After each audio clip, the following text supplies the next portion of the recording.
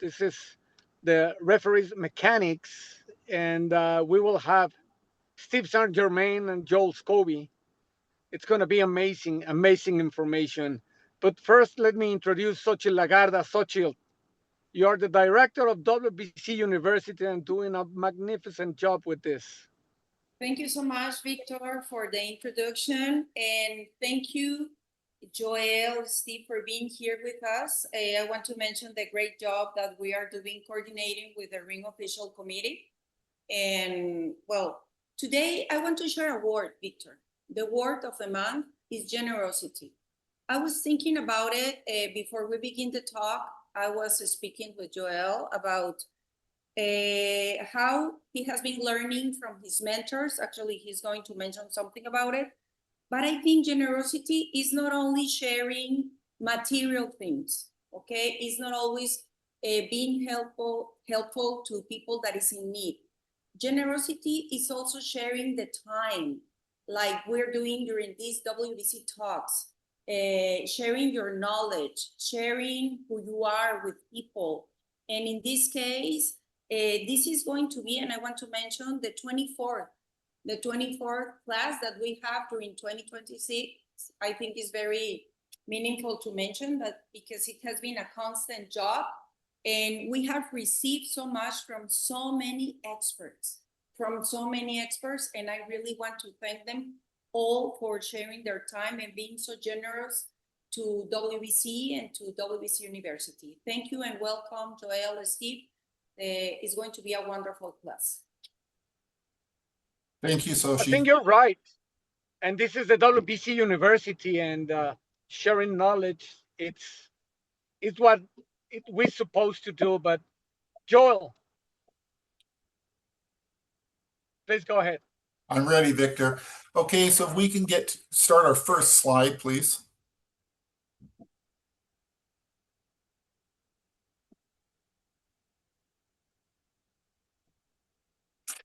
Well, hi, everybody. Today, the presentation is being delivered by myself, Joel Scobie. I'm a referee from Vancouver, Canada, and together with my colleague, Steve St. Germain from Montreal, Canada. And I'd like to acknowledge that this presentation was put together with a lot of work between not just myself and Steve, but also our colleague, Tom Taylor from California, USA. So thank you very much to the team. Thanks for everybody for tuning in. We appreciate you taking the time out for this learning, and it shows that you take your officiating seriously. Refereeing is something that evolves, and we learn this by working together and learning from each other. I'd like to make special acknowledgement to two referee mentors that I've had, because I haven't learned this information in a bubble. I've had a lot of help, originally from David Mendoza, may he rest in peace, and also from Jack Reese, who has put more time and work into mentoring referees than any other referee that I know of today. So today our format will be reviewing referee mechanics. So first we'll review what mechanics are, and then we'll try to run through somewhere between 7 and 10 different referee mechanics. The format for doing this is we'll have a PowerPoint that will describe the steps in the mechanic, and then we're going to watch a video of a referee performing the mechanics, and then we'll have an opportunity for discussion. So everyone here on the Zoom meeting currently will have the opportunity to join in the discussion, and we encourage questions and comments. So thank you for participating. The slide you see in front of you is the Ring Officials Basic Guidelines. I just encourage anyone that hasn't seen this before to take an opportunity to find it.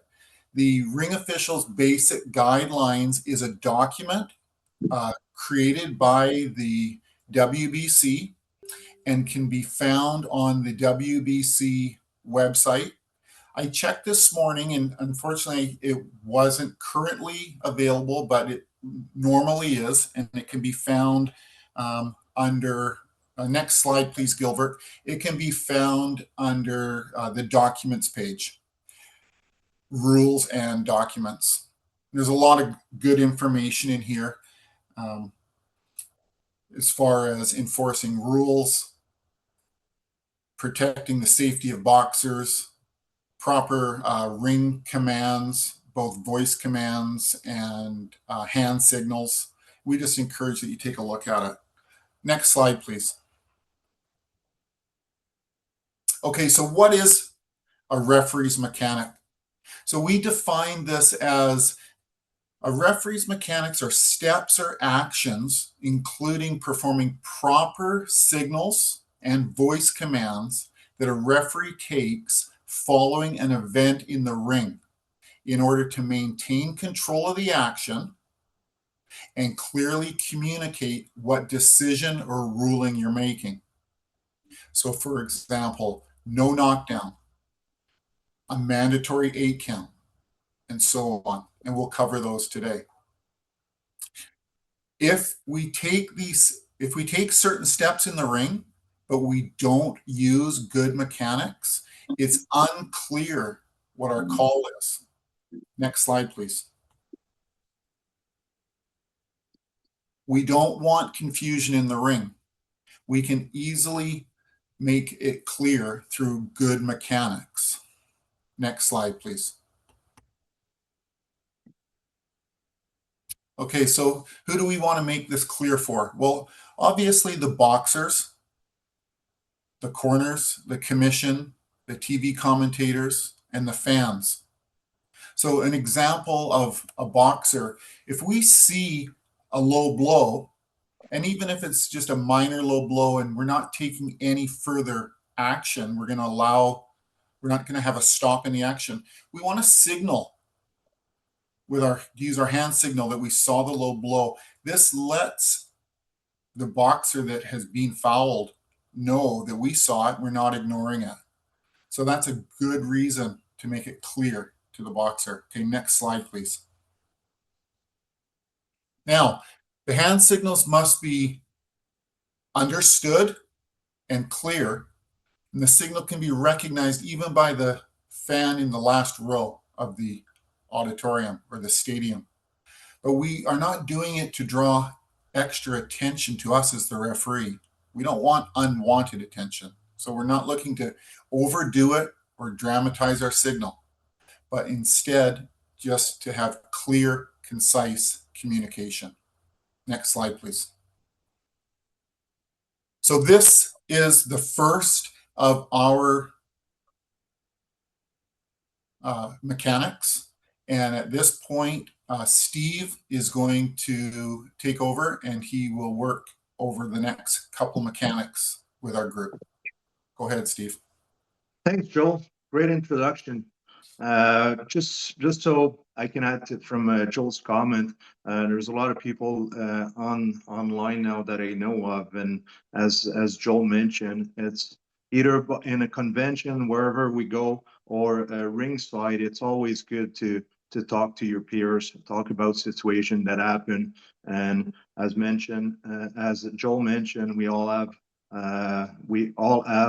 and we suggest that everyone does have a mentor. And my mentor was Mike Griffin from Montreal, Canada, because I'm from Montreal, Canada, as my home base. So by all means, please, guys, do comments. After this first mechanic that we're going to be doing, we're going to open up the line for a few minutes. We'll take a few minutes, no more than that, just to get your comments. But feel free to comment to Sochi or anyone else at the RBC University. So the first one, what was it? Unintentional low blow. So let's go step by step for the mechanic. Then we'll go for a short video that's going to show it and it's going to illustrate what to do and how to do it properly. So the first one, when we see unintentional low blow, we got to make clear a stop. We got to make a stop very clear to everyone and to the audience, and especially the boxers. Then you command a timeout. Then you command the foul boxer to go in his neutral corner, and make sure that you always keep an eye on the injured boxer. So make sure that you see that he's good at all time and he's not overdoing it. Like I said, send the foul boxer to the neutral corner. Check the injured boxer. Use your hand signal to indicate a foul. So basically, what you want to do is take your hands and put it down your waist and show that you've seen the low blow. Acknowledge the boxer would committed the foul. Check the injured boxers. Wipe the gloves at all time. This is a specific mechanic. Just it's basically you can find gravel or dirt on a canvas, and you want to make sure that the gloves are clean before we start boxing back. And then at the end, once that person, he has up to 5 minutes on that 5-minute timeout. But whenever you feel that the boxer is ready to go back, you command the boxers box back so they can resume the action. So next slide, we'll see a short video on that. I believe Tom's done it.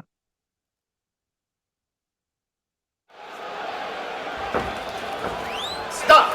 Time! All right. I know, it's low. It's low. You okay? Sure? Continue? Do me a favor, get in the neutral corner. Gotta get those punches up, all right? That was low. Get them up, all right? Stay right here.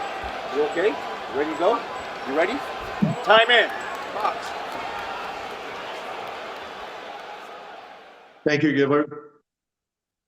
So on that one, you see clearly the unintentional low blow, and then by Tom's mechanic, which was perfect. In my opinion, by the way, Tom is one of the top referee in this environment today, in this business these days. You see it clearly that he stops the actions, signal the other boxer to go in a neutral corner, and look at the injured boxer all the time. Then he goes after the other boxer, shows that there was a low blow, indicate that he shouldn't be doing that. Make sure that the injured boxer is okay, and then resume the action. So I think that's the perfect mechanic. You don't want to overdo it. You don't want to take too much time, and especially you don't really want to reprimand the other the boxer that fall into some sort of discussion. You make it clear with hand signals, and that's it. You leave it there. Everyone should be understanding. So any comments on that you want to open up for a few minutes? We'll be very short on that one because I think it's a basic one. If no one has any comment, we'll take it to the next one. Joel, Victor? Hey, welcome back, Victor. I'm here. I just want you to let us know, how do you learn this mechanics? How do you practice? How often do you practice? Do you go one after the other? Because it's something that you already know, but you have to keep practicing every time. How do you do that in your daily basis? If I can, on my personal side, what I've been doing since I started, since day one, and I do it in local shows, in local fights as well. Every time I read my rules book. It takes me 5-10 minutes just to go over the rules, and I put every rules into a situation, so it becomes a second nature to me. So when it comes into the ring, I don't really have to think about it. It just goes naturally. And on top of that, things that you want to do, things that every referee should do is be looking at fights, different fights and different situations on a weekly basis.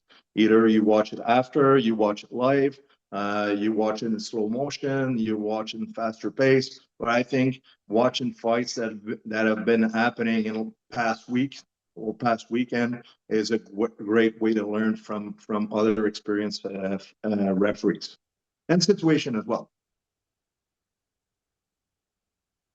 But Victor, I think that is the basic idea, that you put yourself in those situations that you can see in some other fights. The communication between the people that work that fight and yourself and your mentors, and that gives you a full idea. And one of the other things that I've been hearing from many of you is to keep calm and have time and think clearly. Of course, you have to practice because you have a few seconds to make a decision. But you always have some other resources like calling timeout or bringing the doctor or some other resources that let you put everything in place. How do you work that, Steve? That's a great comment, and one of the great referees that we have at WBC or in the world, Hector Afu, always mentions that it's take your time before you make it. Yeah, as you said, Victor, we have a split second, not even one full second to make that decision. But you don't want to overrush it, and you want to make sure that you have the right decision. So by calling that stop and looking at everyone else, making sure that you see what's been happening, process that into your mind, which should take a second or no more. That gives you the resources and the time that you need to make the right call. And if it's not the right call, in some places we do have videos now that are available for us to make that right call. Not at every places now, but I think it's coming. Now that you touched that, before we go to the next mechanic, I want to talk a little about that. Joel, you were there. We did this in Saudi with the Grand Prix. And in the beginning, it was a little hard to understand that you have video. But once that the referee understands that the instant replay is there, it's a tool for him to be fair. Instead of, because many times, and now we saw it in the World Cup with the VAR, that they overrule some decisions. But the basic idea of sanctioning a fight is to be fair with the fighters. So once a referee understands that this is a tool for him to be fair, I think it works really well. What do you think? Well, as we have heard from, oh, sorry, Steve, I'll just go ahead. It's like the famous words.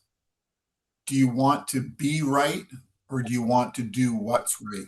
And of course, we want to get the call right. So in jurisdictions where the video replay is available, of course, we want to rely on it when necessary so that we can make the right call, so that it's fair for the outcome of the bout and the safety of the boxers. As far as the mechanic, I just want to go back to saying practicing the mechanics is key, because when a certain event happens in the ring, if you have been practicing your mechanics, you'll automatically do your mechanic in the steps that you've learned it and practiced it, instead of taking time to have to think and figure out what to do. You already know what to do because you've practiced the mechanic. So when that slip happens, you automatically go through those steps. And you can do this, a number of referees practice in a boxing gym, but it's just as easy. And what I do is I practice at home. I just role play and I go through the steps. And then I role play and I go through the steps. And just that practice, it's like shadow boxing. It's creating this muscle memory to remember what steps to take when an event happens in the ring. Thanks, Victor.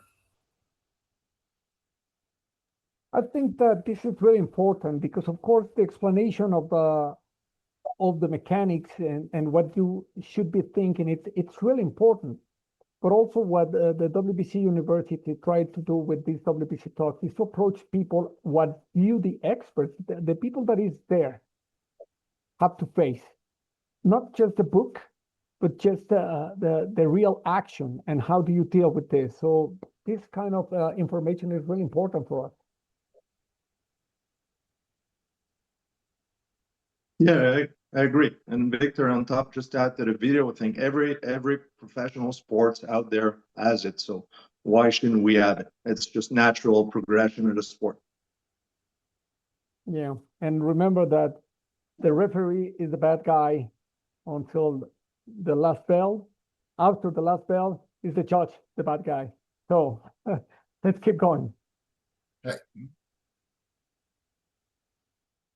And that's why we want to have our mechanics right. So we're right. Next slide, please. So what's the result of an accidental low blow? Are they all treated the same? How do we treat them differently depending on what's been happening? Obviously, if it's an accidental low blow, the gravity of the low blow or how did it hurt the other boxer will make a difference between the time that will allow that boxer to take some time off the clock. But keep in mind, you cannot lose on a low blow, even on an accidental low blow or any low blows by any chance. So you cannot win a fight by getting a low blow. So you have up to 5 minutes, and it's been treated as something that you can come back within the next 5 minutes. Next slide, please. Oh, we're going to a different mechanic. Replace the mouthpiece after a knockdown. Joel, you doing that one or I'm doing it? That one's yours, Steve. Okay, so next slide, please. Again, that stop command is so important. That's you're stopping the action. That you're stopping the action right away, and you want to make it loud and clear so that two boxers, forget about the audience and everyone else, but at the same time, if you do it right, everyone else will understand it. But that stop signal is so key that the boxer don't continue and overdo it and don't throw that next punch. Right after that, you go time. You come in a neutral corner to the boxers. That's always important that they stay far away from each other so you can protect the boxer that's been injured. You pick up that mouthpiece. Not if you can do it, you pick it up from and in between that, you wanna stop the action when there's a lot of the action. So when boxers are getting away from each other, or there's a clinch, or they tie them up together. So you don't want to stop any action because the mouthpiece has fallen to the ground. There's two mechanics to that, and we'll see the two of them here. One, you go back to this one that we're going to show right now. Is you go back to the corner as we've always been doing it, or most of us have been doing it. You ask the cornerman to rinse the mouthpiece and replace it. The mouthpiece, you ask the boxer if the mouthpiece is in a good place, upside down if you get a two-way mouthpiece, and then you resume the action back by saying box back. And next slide, we'll see a video of that.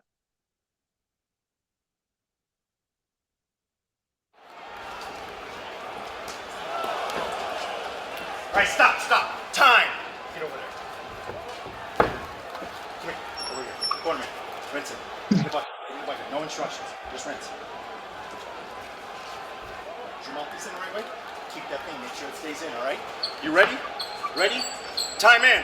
Box.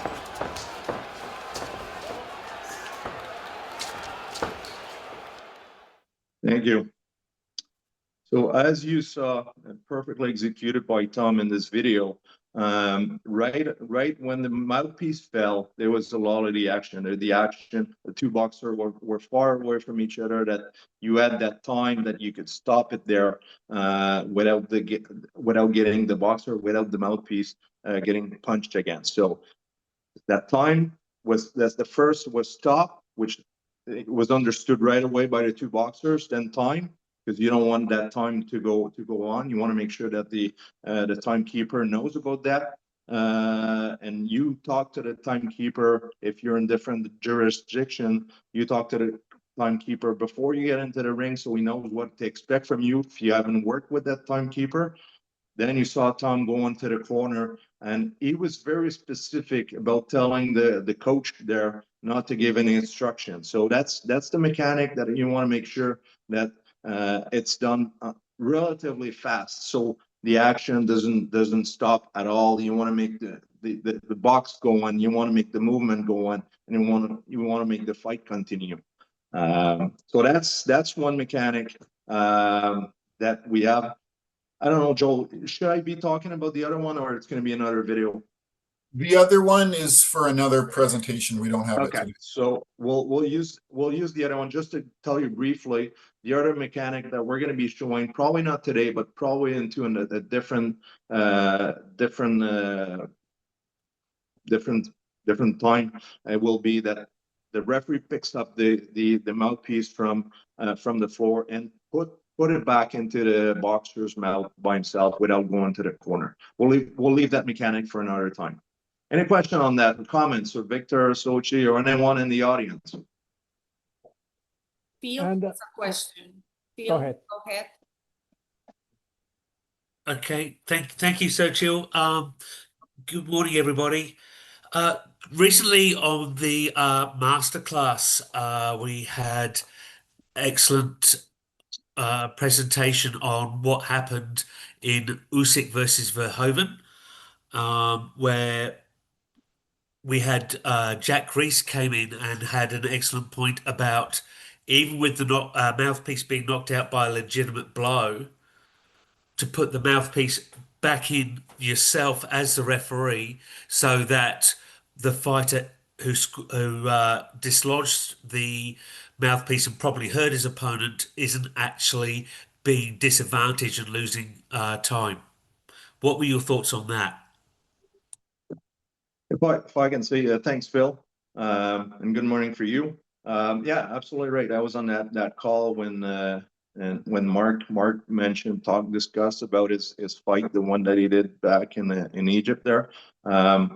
That's one thing that why we introduced that mechanic. That's not, I wouldn't say fairly new. It's been done in the past, but we're really putting it into place right now. Or WBC is really putting it into place that we as the referee are allowed and should consider putting the mouthpiece back into the boxer's mouth if we feel that there'll be one boxer will take advantage of it. So by doing so, you're diminishing the time that the action will be stopped, and you're making sure that one boxer is not taking advantage of it. So I agree with that comment, and I agree with what Jack was saying at the time. Thank you.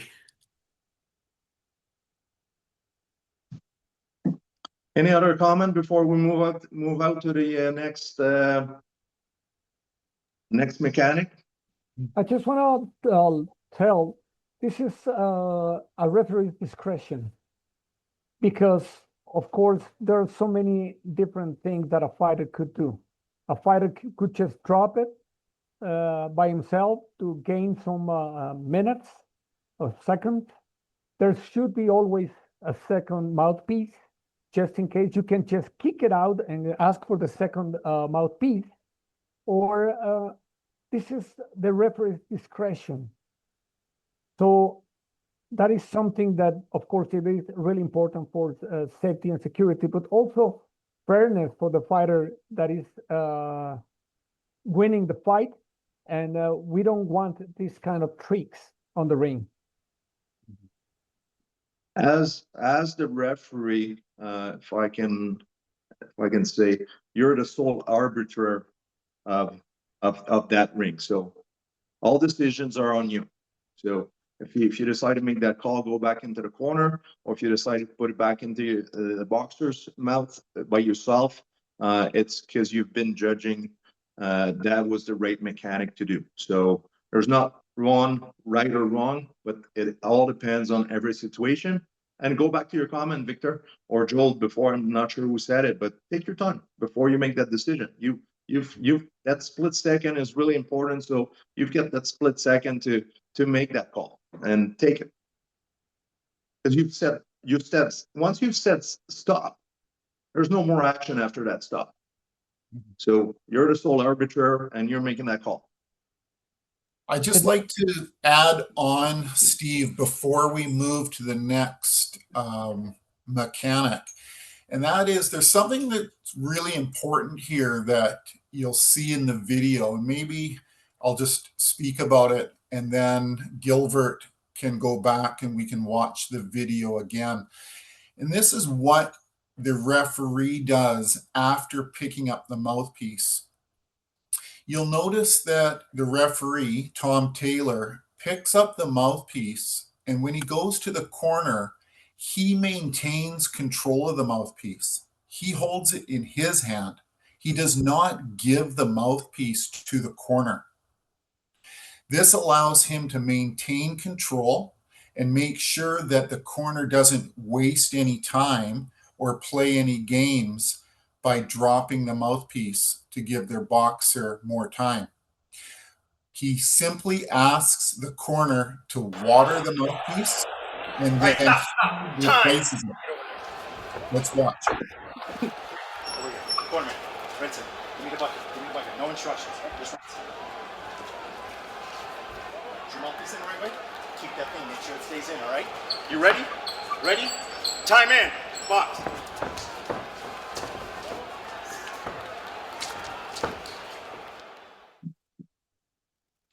So the second part of what Tom did in that video is, first, he controlled the mouthpiece, requested the corner to water it, but then Tom replaced the mouthpiece. And a key to replacing a mouthpiece is you must ask the boxer if the mouthpiece is okay. Once the boxer says yes, then they can resume boxing. The reason we do this is because you don't want to put the mouthpiece in upside down, and then the boxer complains and you have to stop the action and correct it. I recently reffed a fight. This was just a week ago, and I had a mouthpiece come out, and in that case, I looked at the mouthpiece. I couldn't tell the top from the bottom of the mouthpiece. So I went to the corner and I had the corner wash the mouthpiece and then put it in. But otherwise, we want to control the mouthpiece and put it in the boxer's mouth ourselves. That's all I have to say on that. Thank you. Okay, Gilbert, you can go to the next slide, please. Okay, so the next mechanic we're going to review is the mandatory 8-count basic evaluation. So this is 9 out of 10 knockdowns. We're going to use this evaluation. We're going to use this evaluation when a boxer goes down and gets up easily, when a boxer easily stands and makes the count. Maybe it is not a hard knockdown. And this is, or it's still early in the fight and the fighter isn't badly fatigued. We will use a basic evaluation. And this is the evaluation that we're mostly using and mostly familiar with. So next slide, Gilbert. So the basic steps in this is when the boxer goes down, we command with our voice down and point to the canvas. Then we point corner and command the word corner. That way it's clear. We're using a hand signal and a voice command to signal down, corner. Then we pick up the count from the timekeeper or start our own count. The referee's focus is on the down boxer. We should count on our hands and with a loud voice and keep our level to the same level as the down boxer. So if the boxer is on the canvas, we should crouch to be at his level or her level. And as the boxer stands, we should rise with the boxer. At about our count of 6, we should peek to the neutral corner to make sure that the standing boxer is still in the neutral corner. And then we do our basic evaluation. We ask the boxer to walk directly to us. We say, walk to me. This is where we're evaluating the boxer's gait. Are they steady on their feet? Are they focused and looking at me? And then we must ask the question, can you continue? And the boxer must respond positively. Okay, let's watch the video.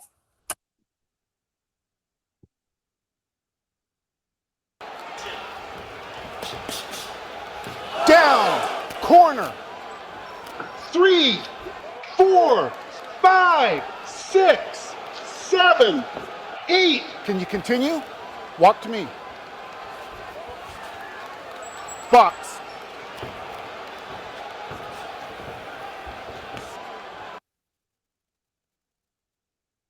Okay, Gilbert, yes, thank you. Let's stay on this slide.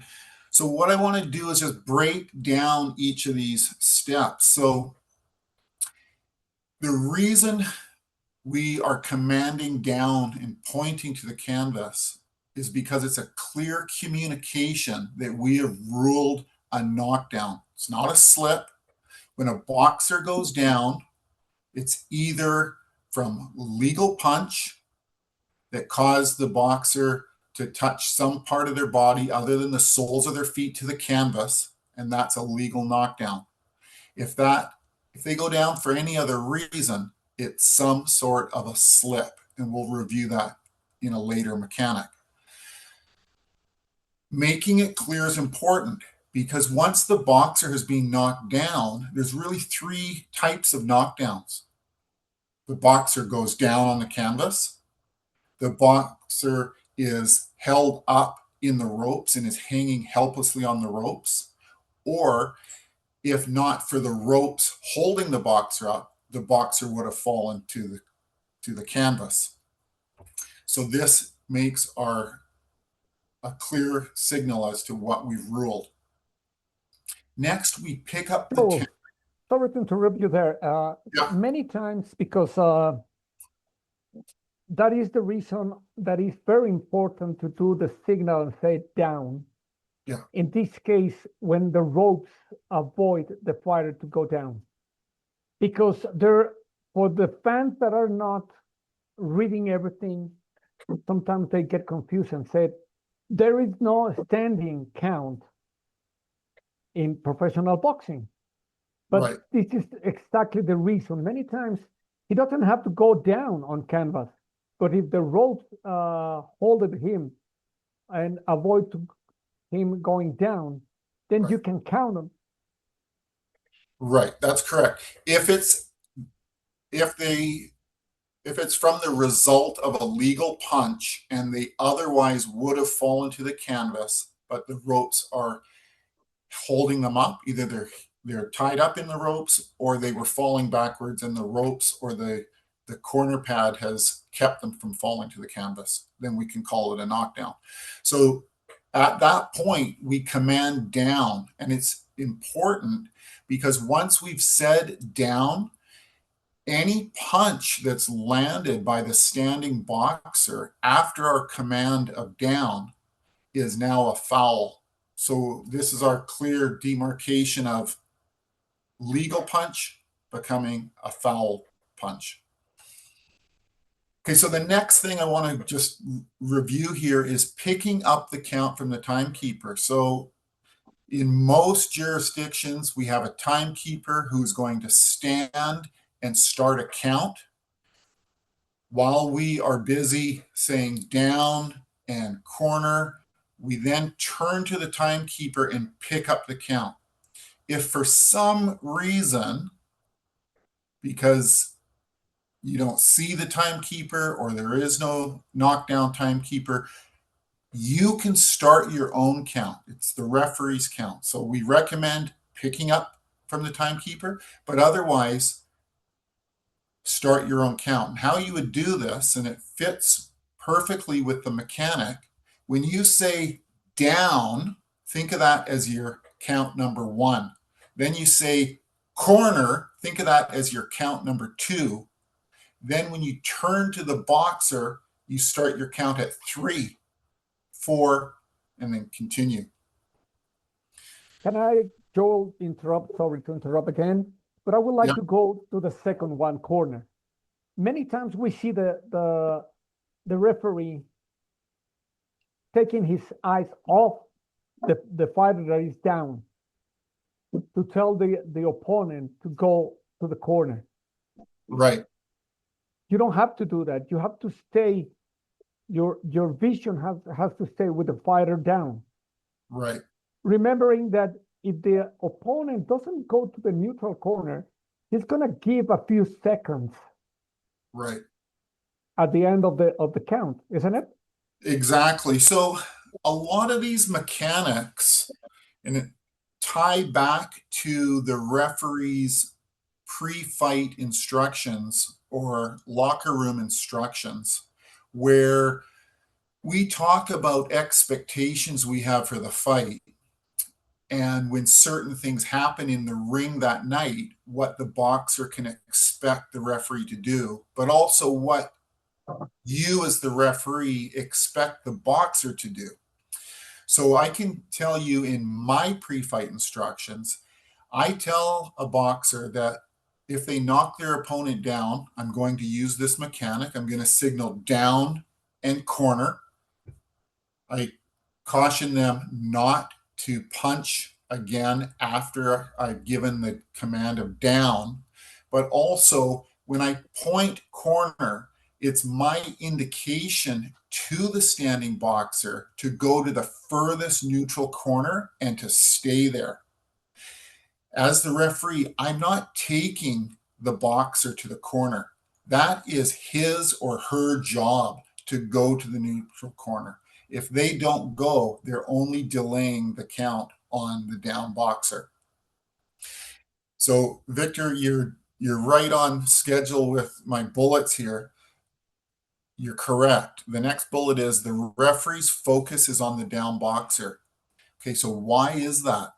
Well, it's the down boxer that has the injury. They have just been knocked off their feet. They may be concussed, they may be dizzy, they may be struggling to get up. If we shift our focus away from the down boxer, we may miss key signs that are important to us as a referee to determine and evaluate if the boxer should continue. So we want to focus on them to see if they're struggling to get to their feet, or in a worst case scenario, if they are going into a seizure. We've all seen boxers after a knockdown where a leg lifts up and goes rigid, or an arm comes up and goes rigid, and then they relax during the 10 count and sometimes even are able to stand. Now, if we miss any of that, we are not really taking the boxer's safety into our main concern. Our main concern is the boxer's safety, not whether or not the standing boxer goes to the neutral corner. It's important they go to the neutral corner, but our primary focus is on the down boxer, and it's for the safety of that boxer. Joel, So, yes. I have a question for you. We are focused here in the training and everything that a ring official, in this case referee, must learn, not only mechanics, but what preparation does a referee need, to be able to take the decision? What from you was just mentioned. Do you need a special preparation in first aid, paramedics? How do you train to be ready for those situations? Well, one of the most important attributes of a referee is good judgment. And good judgment is developed over time. So when we're reffing as a pro referee, it's important that we've spent years and done many repetitions as an amateur referee to build up this good judgment. And then we continue that in professional. So really the good judgment is your experience in the ring, practicing your mechanics, working with a mentor. I mean, every time we step out of the ring, we really want feedback on, did we stop a fight too soon? Did we stop a fight too late? There's not necessarily any one exact point to stop a fight. We talk about the peak of a pyramid, and it may be 10% early or maybe 10% late, but we don't want to be far too early or far too late. We try to get it right, and it's just done through practice and experience. Thank you. If I can add to that, the usually at the WBC convention, there is a medical session, and I encourage everyone, also judges and referees, to attend those meetings because they're very valuable. In fact, in my jersey in Quebec here, we do have a medical meeting once a year with a doctor that tells us signals how a boxer is concussed and sign that we should see. I know New York's doing it as well, and maybe other states in the US may be doing that.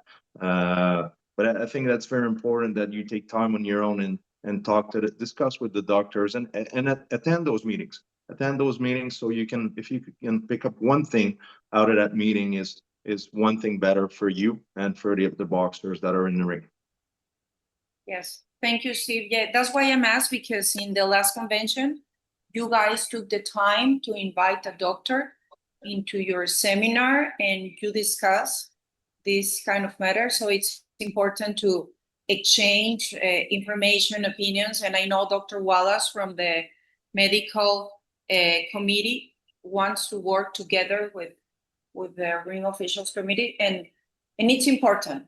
It's important to take responsibility on the duty of the referee. And I think, well, the conclusions are that everybody needs to be prepared formally, professionally for those situations. That's about it from my comment. Okay.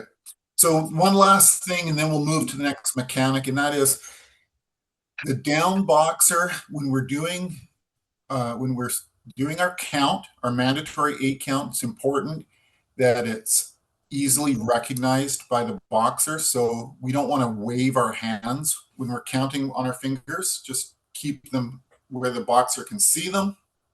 We don't need to wave them around, and have a strong, loud voice so it's easy for the boxer to hear you. And when the boxer is on the ground, get down on the ground, crouch so you're closer to them so they can hear and see you. And as they stand, you stand with them. And during this process, remain calm and steady in your mechanic. Okay, next we're going to go to the mandatory 8 count. We call it the additional evaluation. This is also known as the gait test. And let's go to the next slide. We'll go to the video. Down! Corner! 3, 4, 5, 6, 7, 8. Walk over there. Walk to me. Can you continue? Box.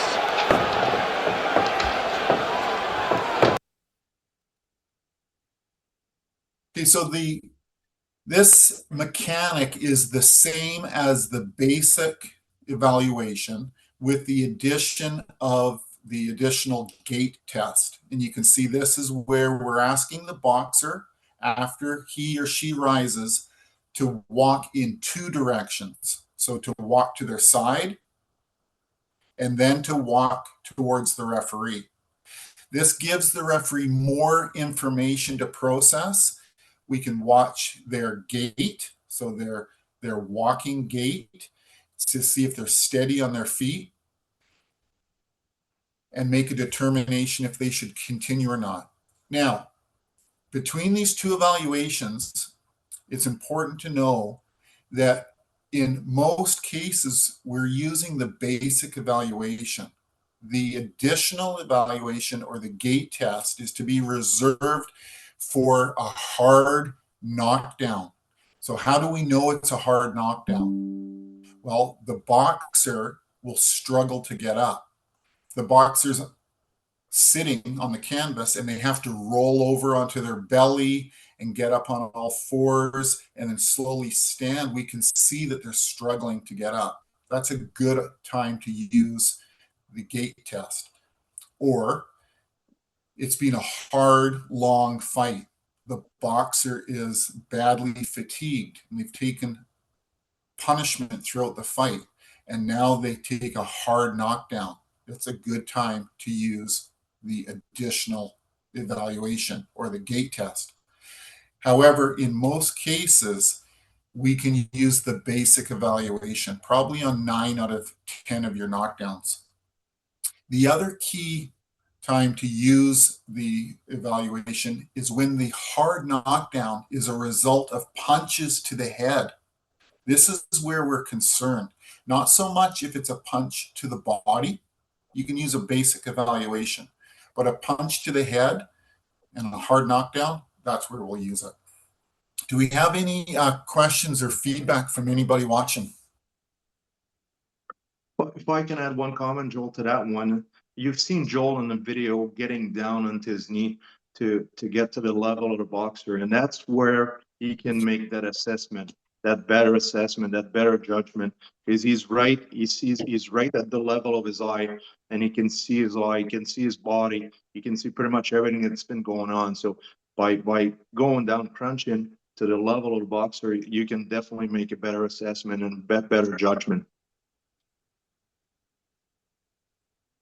Sochi, any comments? No, I think it's part of the question I asked before.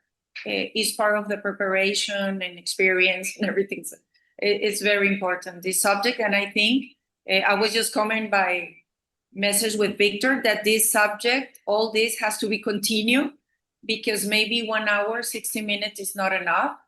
And I think we definitely need to have a part 2 of all this mechanics and situations and analysis and everything. Mm-hmm. Totally, I think. I think right here is a good time to take a break. We have more mechanics. We would be happy to do a second session at a future date, and I hope that our referees that are watching today have enjoyed this session, and that you would be interested in seeing us do another session when Sochi and WBC University could accommodate us for that. Joel, I think this is really interesting, and the way you're explaining deserve to keep this pace. It was pointless to rush it because it needs to be very clear. I'm not sure if the next slides will explain that, but of course it is really, really important to understand the 8 count when the fighter needs to be standing up and ready to fight. Right. That is one of the most important issues in communication and conflicts many times with the referee. Okay, that's a great question. So once a boxer is on their feet, they're considered to be standing. Even if they're bent over at the waist and looking down at the canvas, if they're on their feet, they're standing. They may be fully, their back may be straight, maybe standing erect. That's good too. However, regardless of whether the boxer stands on your count of 1 and just pops up right away, or if they decide to take their time and slowly rise, it's important that they're on their feet by your count of 8, at the latest your count of 9. And like you're saying, Victor, They could maybe standing and it's obvious, but as long as they're up on their feet, even if they're bent over at the waist, as the referee, you're considering them at that point to be a standing boxer. Then you go ahead and you complete your evaluation. You ask the boxer to walk to you, and if they're bent over at the waist and they don't walk towards you, then they're not completing your evaluation and you can stop the fight. Would it be the right wording to say, as you said, a knockdown is when some other part of the body that is not the soil? Right. Then would you apply that is he standing when no other part of his body is touching but the soul? Yes, that's exactly correct. And then this has to be when you said 8. We ask the boxers to be on their feet by our count of 8 so that they are up in time and don't get counted out if they don't want to be counted out. They do have to the count of 9, but it's a mandatory 8 count. So we're going to count to 8 no matter how soon they rise. They get the mandatory 8 count.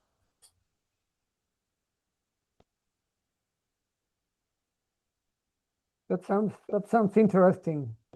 That sounds really interesting because some of them could be in crouch position but they are ready to fight, and then it comes A boxer in a crouched position is not ready to fight. They need to be standing on their feet to be ready to fight. So after the referee has concluded their mandatory 8 count, remember from our slide, the referee has 2 steps to complete. They need to do their evaluation, either the basic evaluation of walk to me, or do the gait test of walk over there and then walk to me. And a boxer in a crouched position can't do that. So now they have failed the evaluation and the referee would say the fight is over. But if the boxer's in a crouched position and then as the referee I say walk to me, and that boxer then stands and conducts the evaluation well, then you'll let the fight continue. This is really interesting, Joel. Yes. It's a very, very complete information. I love it. And of course, we're going to stop here, but we need to keep this as soon as possible so our referees will understand all the knowledge that you and Steve are sharing with us. It's amazing. I love it. Awesome.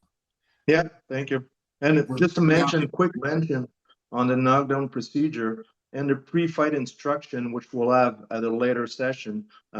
We do talk about that, the knockdown procedure, how as a ref we're gonna manage that situation. So the boxer know what they should know what to expect. That is wonderful. And I saw some hand. Buyondo, would you like to ask something? You have your hand up. Buyondo? Your microphone is off.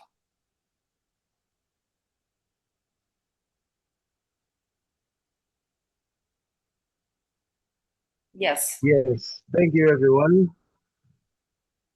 Mr. Joel, thank you so much, Madam Lagada. Well, I just wanted to ask, in a scenario when a boxer, they're fighting, one boxer is hit, as is going to fall on the canvas, he holds the ropes not to fall. So in that scenario, do I have to count? What do I have to do? Is your question a boxer is hit with a legal blow and they hold on to the referee? Yes, with a legal blow. Yeah. Then he's hit with a legal blow. Then he tries to fall down, but he holds the ropes not to fall. Do I have to count? I've never had that situation. However, if the boxer held on to you and that is the only thing that kept them from falling to the canvas, I would say that it's in your discretion, but it sounds like something where you would give the boxer a mandatory 8 count. And it's because it was the result of a legal blow. Okay. Thank you so much. Interesting question. Well, we're gonna have to stop right here. I Okay. really love it. We need to do another session again with you really soon. And of course, if you have any questions that you would like to be explained in the next WBC talk with these two experts, please send it to the WBC University and we will be happy to share with them so they will have examples of what they're talking about. I really appreciate your time and your knowledge. Steve, thank you very much. Last comment. Thank you, Victor. Joel. And- Yeah, I just want to thank everybody for participating, for taking the time. Just shows that you are looking to improve as a referee. We all want to improve as a group, and thanks for being here. And we hope to see you at a future session. Yeah, if I can say, if you want to reach out to us, and we're more than welcome to, to discuss boxing at any point in time. I love that. Thank you very much. And of course, this is what the purpose of the WBC University, of course, to spread the knowledge from the experts. And of course, it is exactly the same thing for the WBC talks.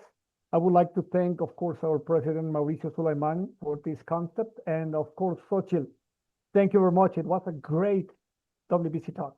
Yes, and definitely we need to continue this conversation. So Joel and Steve, you have work, we have work, and we're going to do a follow-up for this session pretty soon. Thank you very much, everybody, for joining, Victor for conducting, Gabby and Gilbert from our office also. And so have a great week. Happy week. Almost weekend. Thank you. And next week, Xochitl? Yeah, next week we're gonna have judges from the Ring Officials Committee also. Chris, Miglory, and Kevin they're going to be here. We're gonna publish the subject maybe tomorrow, but it's going to be very interesting because it's also gonna be a follow-up from the last session, which was very interesting. So we're just trying to make this chain of knowledge. And we're really close to the masterclass for the next masterclass. Mhm. So keep in touch, follow the WBC University, and we'll see you next time. Thank you. Bye-bye. Thank you, everyone. Hello, Victor. Gabby.